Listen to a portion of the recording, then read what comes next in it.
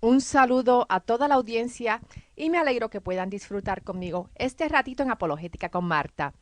Hay un estándar invisible que existe y que dirige la vida de todo ser humano, aunque el ser humano desee obliterar ese estándar.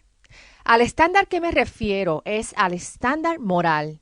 ¿Te has preguntado por qué debemos ser fieles a la familia? ¿Por qué debemos respetar la propiedad privada y no robar? ¿Por qué debemos decir la verdad y no mentir? ¿Por qué debemos no levantar mentiras en contra del carácter de otra persona? ¿Por qué debemos ayudar a personas pobres que no tienen que comer, qué vestir o en dónde albergarse? ¿Crees que el ayudar a otras personas es un deber moral universal? ¿O es solo un deber para ciertas personas y otras no? ¿Y cuáles son los tipos de ayuda que debemos ofrecer? Por ejemplo, ayuda financiera, material, emocional o espiritual. ¿De dónde proviene ese instinto de querer ayudar a otra persona? Todas estas preguntas nos ayudan a suplir más evidencia de que sí existe un Dios trascendental con una naturaleza moral que al crear a la humanidad a su imagen y semejanza, le impartió a su creación ese sentido de estándar moral inescapable. La moralidad es algo que no puedes crear tú mismo, ni puedes detectarla con ninguno de los cinco sentidos. Es una realidad inmaterial. No puedes tocarla o oler la moralidad en sí, pero sí puedes detectar la amplitud de su efecto cuando es puesta en acción mediante la elección de un ser humano o cuando no es puesta en acción por un ser humano. Cuando una persona es virtuosa y benevolente, usualmente nos referimos a esa persona como una persona con alto grado moral. Cuando conocemos una persona cruel, abusadora, mentirosa, vaga y llena de inmundicia, nos referimos a esa persona como una persona inmoral. La moralidad es inmaterial, como lo son las leyes de lógica y la matemática. La moralidad se aplica a las acciones de las personas. Esa ley moral intangible es real y una ley que está escrita en el corazón de toda persona. O sea, desde el momento en que nacemos, ya tenemos en nuestros corazones esa semilla moral en nuestros corazones. Algunas personas le llaman a esa percepción moral la conciencia. Otros la llaman leyes naturales. Pero no importa qué nombre le dé una persona, existe una ley moral que es el estándar que existe en el corazón y en la mente de todo ser humano. Y esa ley moral proviene de alguien quien originó esa ley. Ninguna ley sale de la nada. Las leyes naturales que descubrimos mediante la ciencia tienen origen en alguien supernatural quien las creó y puso en acción. Como vimos la semana pasada, nada viene de la nada. Alguien tiene que darle origen a todas las cosas y ser la causa de todas las cosas que existen. Lo mismo sucede con la ley moral. Esta ley moral nos dirige hacia aquel quien prescribe la ley moral, hacia un autor responsable de poner esa ley en efecto. Alguien existe quien nos dio obligaciones morales y las implantó en nuestra persona. Aún después de la muerte, continuamos siendo personas con capacidad moral.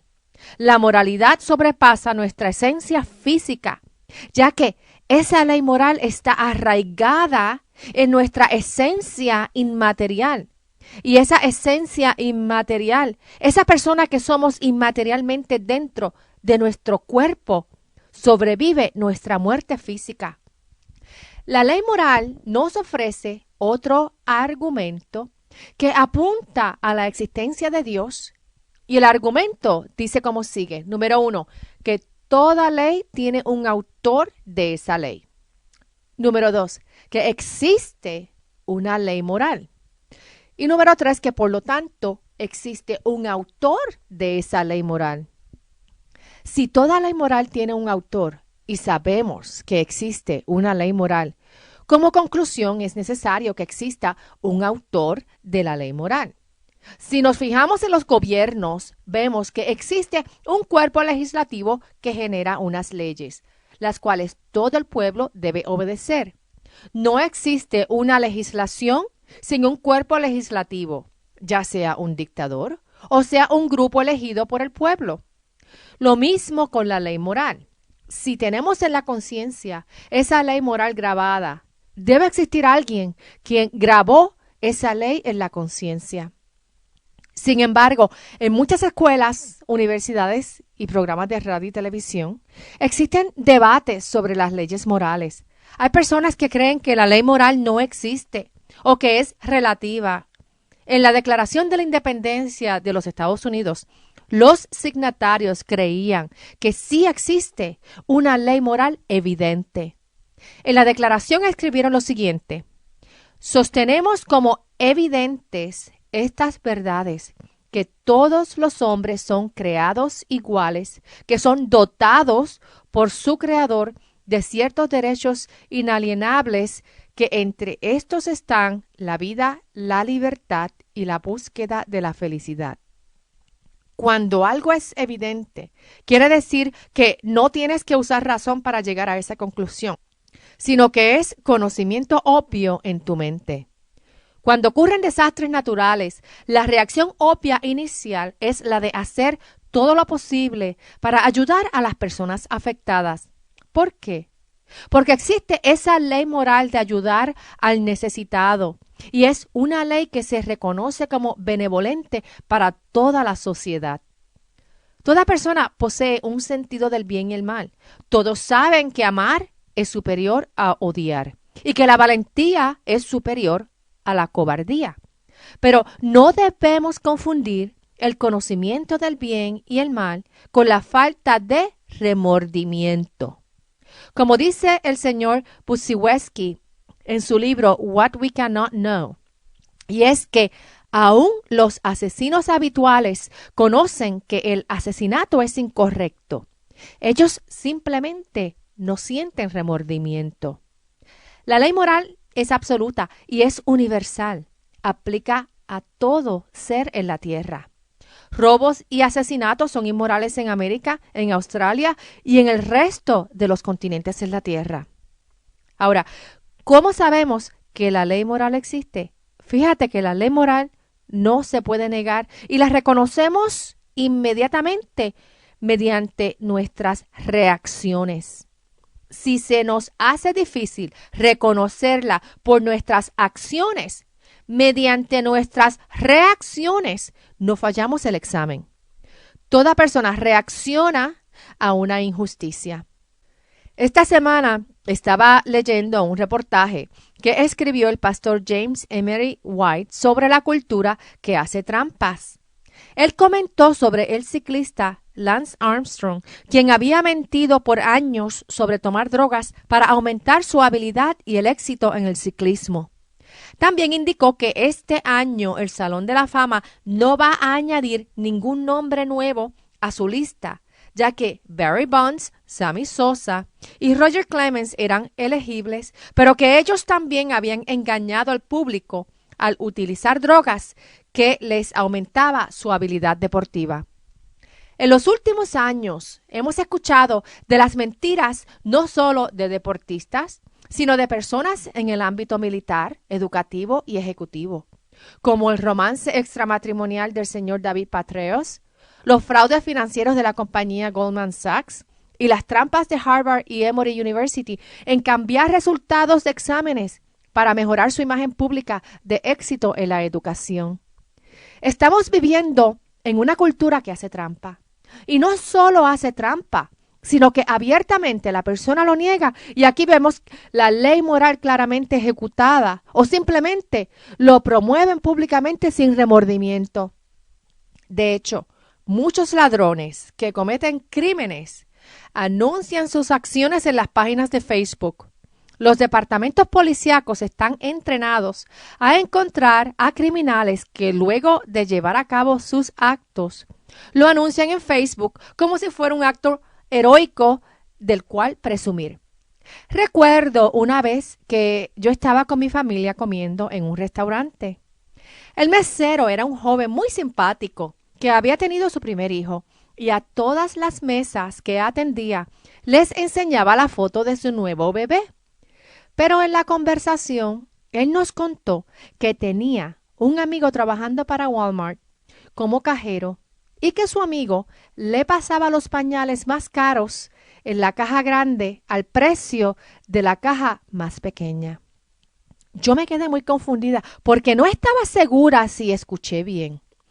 Miré a mi marido y le pregunté si yo había escuchado bien. No solo el muchacho estaba cometiendo un crimen, sino que lo estaba anunciando como si tuviera una medalla de honor en el pecho. Este joven sabía que lo que hacía era incorrecto, pero había apagado de su mente el botón del remordimiento. Como escribió el pastor White, que mientras más las personas están expuestas a la deshonestidad alrededor de ellos, la misma se multiplica y se hace legítima en la conducta deshonesta futura. ¿Has escuchado la frase, pero todo el mundo lo hace? Simplemente el hecho de que la sociedad lleva a cabo cierta conducta no quiere decir que la sociedad dictamina que esa conducta es moralmente correcta. Regresando al caso del ciclista Armstrong, vemos lo fácil que se puede reconocer que la ley moral no se puede negar y la reconocemos por las reacciones. Fíjate cómo las personas que perdieron carreras en contra de Armstrong lo están acusando de tramposo y mentiroso. Fíjate de cómo aquellas compañías que fueron sus promotores desean recobrar su inversión financiera. Inmediatamente estas personas están reaccionando a la falsedad y la inmoralidad de las acciones de Armstrong. Si no existiera un valor moral absoluto, ni los que compitieron en contra de Armstrong ni sus promotores podrían llamar a las acciones de Armstrong como inmorales o tramposas y no podrían pedir justicia. La justicia solo se puede reclamar cuando existe un estándar moral claro del bien y del mal. Si ese estándar no existiera, Armstrong podría decir que sus acciones son basadas en su opinión y preferencia personal y otros no podrían reclamar por su injusticia. Como dice el señor Geisler, que la ley moral se revela claramente por nuestras reacciones a las situaciones. ¿Y qué hacemos cuando somos personalmente tratados injustamente? En otras palabras, la ley moral no es siempre el estándar por el cual tratamos a otros, sino que es casi siempre el estándar por el cual esperamos que otros nos traten a nosotros.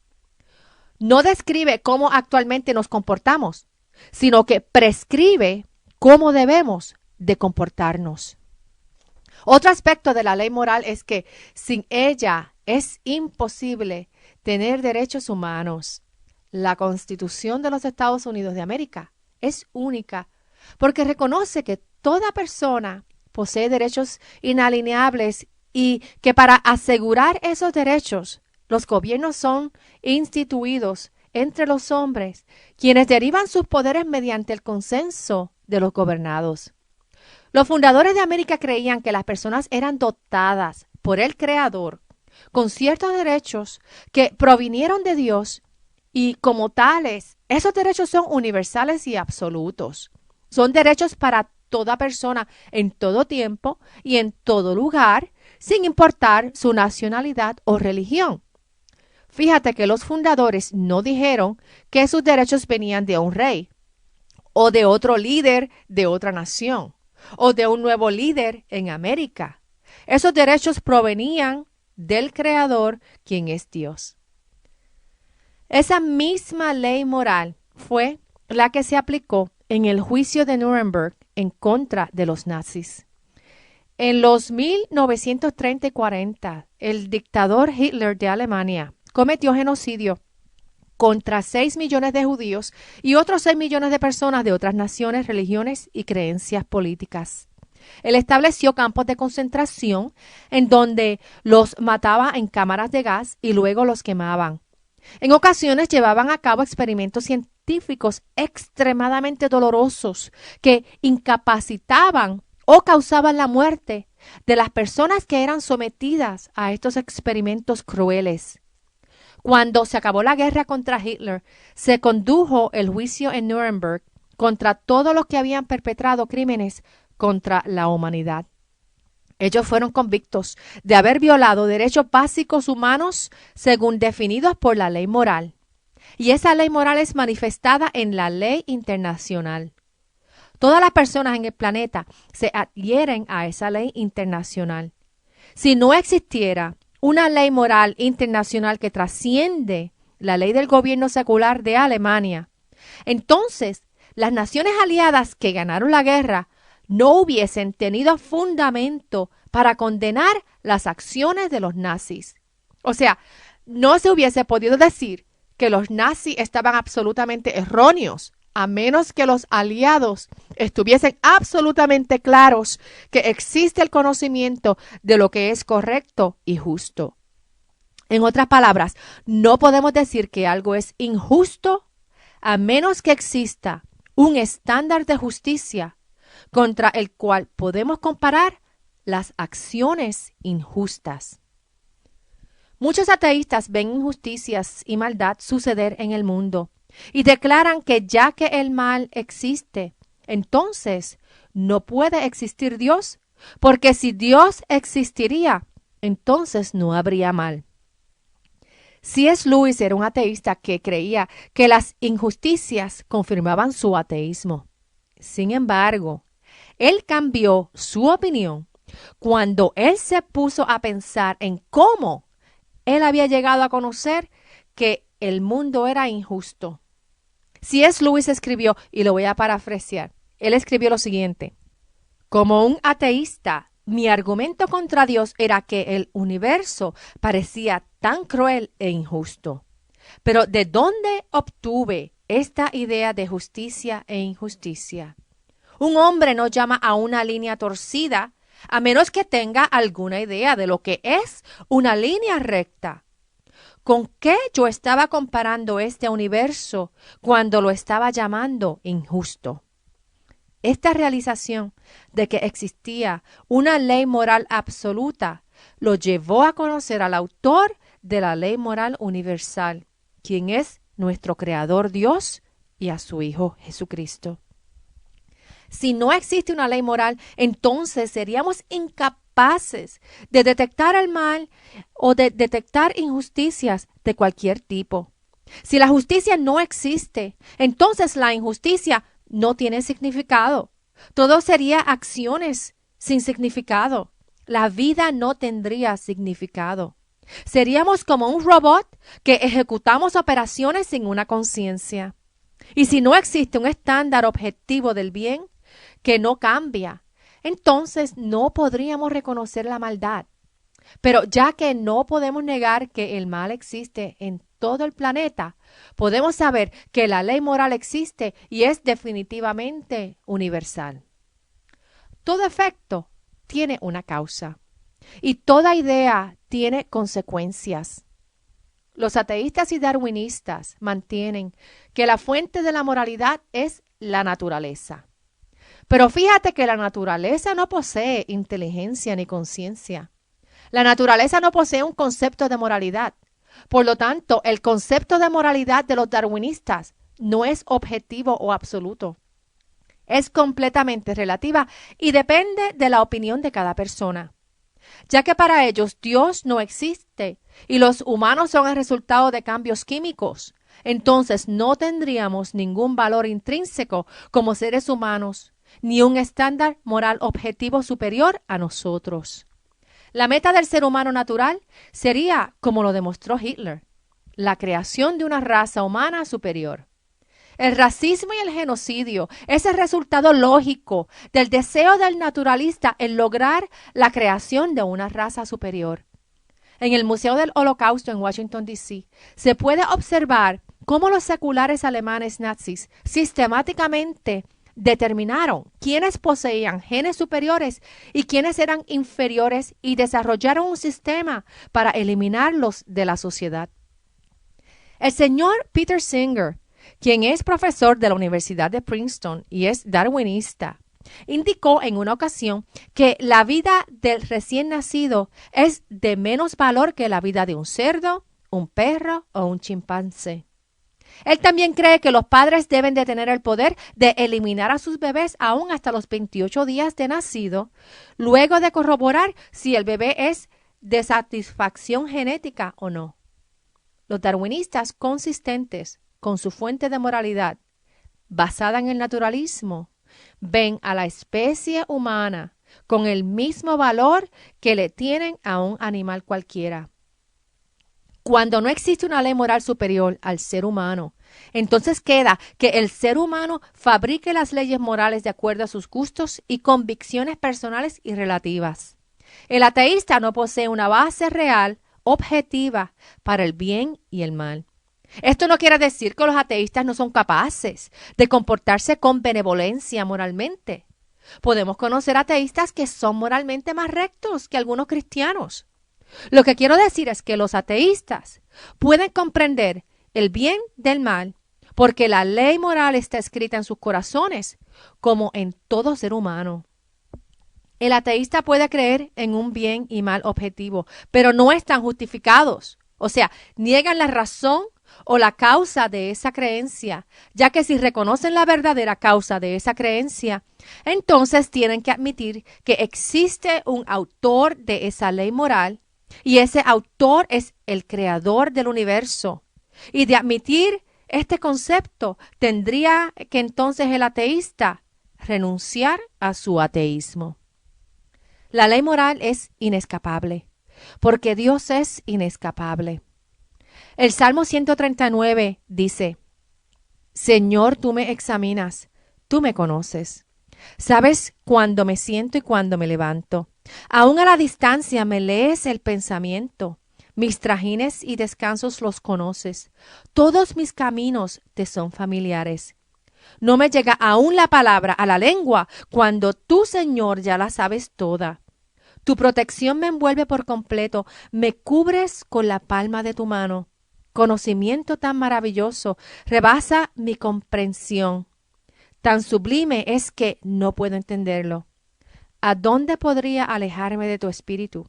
¿A dónde podría huir de tu presencia? Si subiera al cielo, allí estás tú.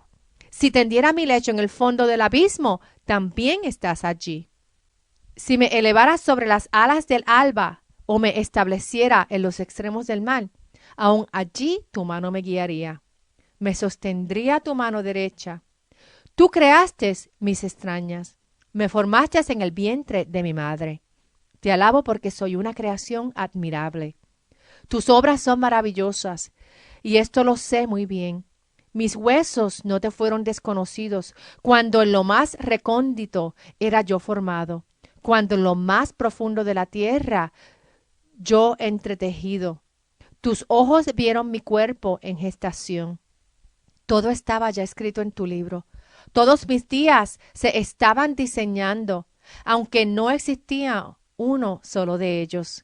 Examíname, oh Dios, y sondea mi corazón. Ponme a prueba y sondea mis pensamientos. Fíjate si voy por mal camino y guíame por el camino eterno. Nuestro estándar moral es inescapable. No nos podemos esconder de la presencia de nuestro Creador.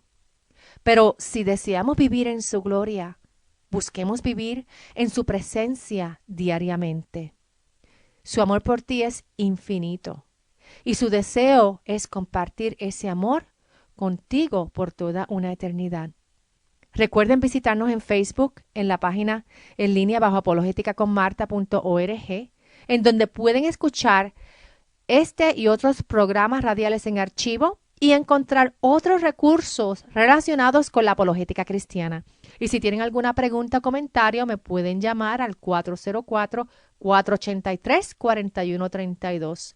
404-483-4132. Que Dios los bendiga y hasta el próximo programa. Chao.